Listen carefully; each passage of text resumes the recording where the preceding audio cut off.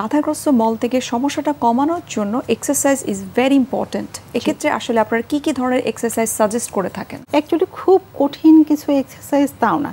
অনেক সময় আমাদের দেশে তো ফুল সেট আপ নেই, যেহেতু আমাদের কারোরই আমাদের ফুল সেট আপ নেই। আমরা চেষ্টা করছি ওটা বিল্ড করার জন্য।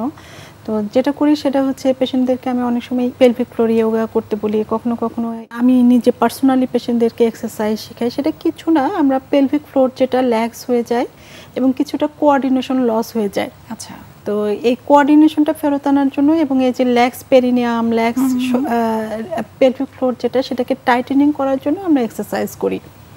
হ্যাঁ, এটা জাস্ট মনে করতে পারেন যে এক ধরনের ফিজিওথেরাপি। তো এগুলো যেহেতু ওয়েল সেট আপ নাই, এটাকে আমরা অনেক সময় বায়োফিডব্যাক বলি।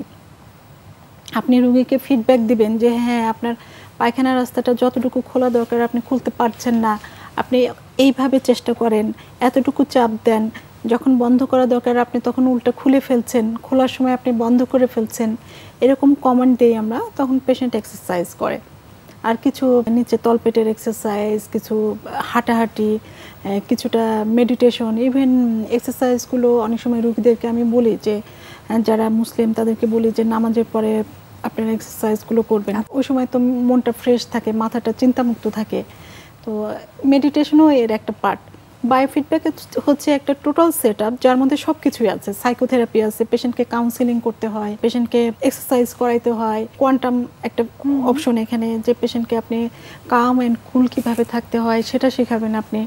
এবং বেশিরভাগ ক্ষেত্রে এইসব পেশেন্টরা খুবই টেন্স থাকে, যেহেতু দীর্ঘমেয়াদী একটা কষ্টে ভোগে তারা, এবং ধরে নেয় যে এটার জন্য তার সব ধরনের সমস্যা হচ্ছে, মাথায় সমস্যা হচ্ছে, খাওয়ার অরুচি হচ্ছে, অ্যাসিডিটি হচ্ছে। রোগীরা এমনকি আমাদের কাছে এসে বলে যে আমার খাবার তো যা খাই সব উপরের দিকে ওঠে, নিচের দিকে যায় না। এবং যেহেতু এটা বছরের পর বছর রোগী সাফার করে, সাইকোলজিক্যালি এই পেশেন্টগুলো অনেক ক্ষেত্রে ডিজেবল হয়ে যায়। এবং টয়লেট রেগুলার না হওয়াটা কিন্তু আসলে অনেকের ক্ষেত্রে দেখা যায় যে তাদের স্বাভাবিক কাজকর্ম কিন্তু ব্যাহত হচ্ছে, এবং আপনি যেটি বললেন যে মানসিকভাবেও তারা অনেকটা অসুস্থ হয়ে যায়।